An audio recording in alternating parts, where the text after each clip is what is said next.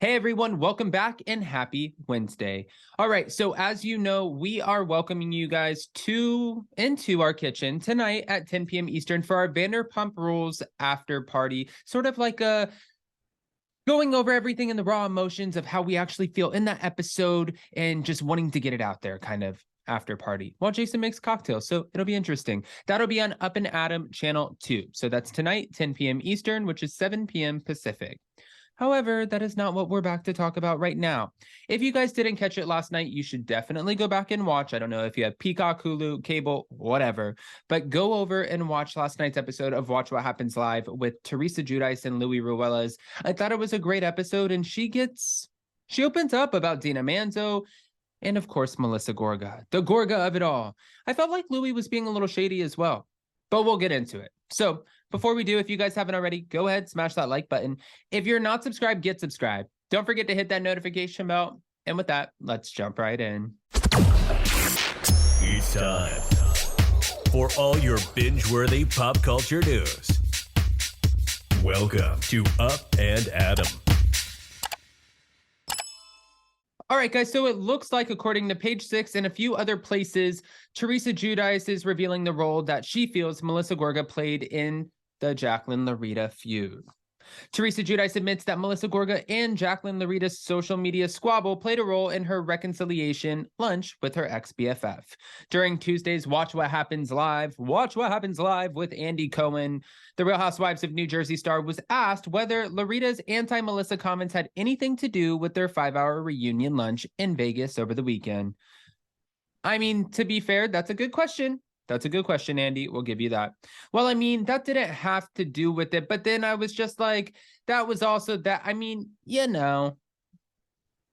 she's like giving us total to, it was a little bit of, but maybe it was a little, Okay.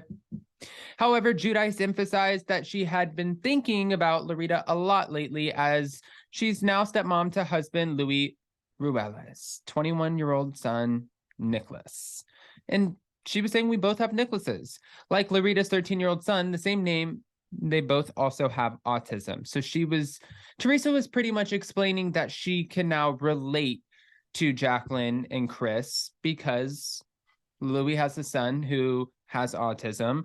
Now they're family because they got married. We blended the family. So she's saying that's something that they could talk about. It's interesting. I've been thinking about her a lot because we both have Nicholases. My stepson is Nicholas, and they both have autism. So she's been on my mind a lot. And I was going to Vegas to see Bruno Mars, and I thought I'd reach out to her. I don't know what's going on with Louis Ruelas in this whole situation with Teresa Giudice and calming her down and going to therapy and whatnot, but I'm digging it. I think that he's doing a really great job.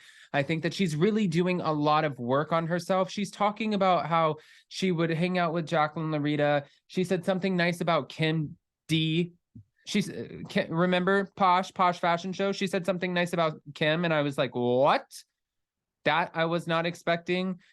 It just seems like she was trying to put in work with Margaret Josephs, which I love Margaret Josephs, but even Ryan Bailey, so bad it's good with Ryan Bailey, said this today, that Margaret Josephs was a little bit shady when she carried that bone back, but I'm not mad at her. We need a pot stirrer in the mix. But no, I really do. I seriously think that Teresa's doing a lot of work on herself. Okay. Larita is also a mom to her daughter Ashley, who's 32, her son CJ, who's 20. Meanwhile, Louis Ruelas is also a dad to Louis Jr., who's 19, and a stepdad to Giudice's 4 kids.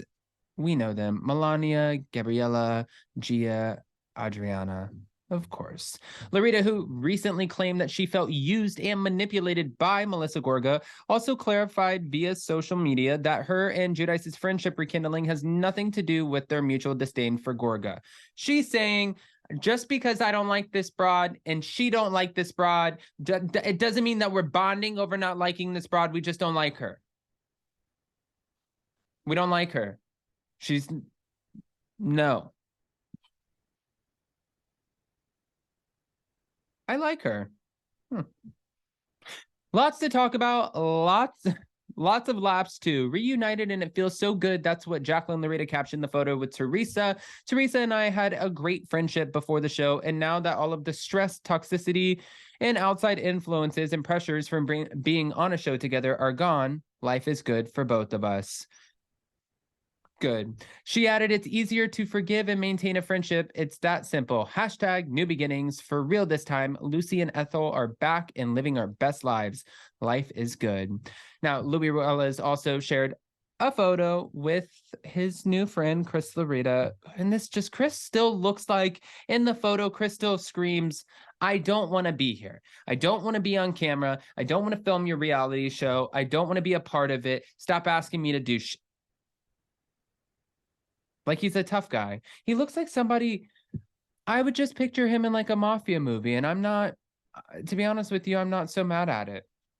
Teresa shared an update with Dina Manzo and what prompted, I guess, the whole conversation, which I told you guys, since we did the Brandy Glanville video, I spoke about this a little bit before. We know that Caroline Manzo, all of this stuff is going on with the internal investigation, but Caroline Manzo allegedly prompted this Dina Manzo discussion on Ultimate Girls Trip. And this would be the first time we're actually hearing about it because Dina Manzo has never shared anything about this. She doesn't talk about it. Caroline Manzo also does not talk about it. But if the women were good enough to get in there, which when I say good enough, I'm sure somebody had to have been like, they were taking shots. My question is, I would like to know if the story that I got about the whole feud and then their dad picking sides, if that was the actual feud. And then I really want to know if Jax and Kristen were able to go to Sheena's Vanderpump Rules wedding and they weren't supposed to be on camera, weren't allowed to be on camera, then why could Dina Manzo not go to Teresa's wedding without avoiding being on camera? I didn't get that either. So I had a few questions when it came to all of this. But I have a few questions, period. Now, I think that it's okay, cool. We're bonding over the fact that something about Melissa, and then we went to Vegas. I said this before, and I said this when I was answering comments. I don't think we're getting a Jacqueline Loretta return. I don't think we're getting a Caroline Manzo return. And now after meeting newbie Danielle, I don't think that we need an old school drama return of anyone. I think Krista Marie agrees, I think that Jason agrees. I think that Ryan Bailey agrees because even though we don't get it all the time, like we get really bad casting decisions. Seeing some of these newbies that Bravo's starting to bring on, it's giving me a little bit of hope. I'll just leave it at that. But guys, I don't want to just give you this information and not ask your opinion. So go ahead and comment below. Let us know what you think. We posted polls all over the community tab, so go vote in those. Tonight, 10 p.m. Eastern, the Vanderpump Rules Season 10, Episode 2. We are doing an after watch party right here from our kitchen. Jason's going to be making cocktails. And we're going to be hanging out with you guys, giving our raw opinions. Okay. Do all the YouTube things. Smash the like button, give some love, show some love. Love you guys. And I'll see you next time. Bye.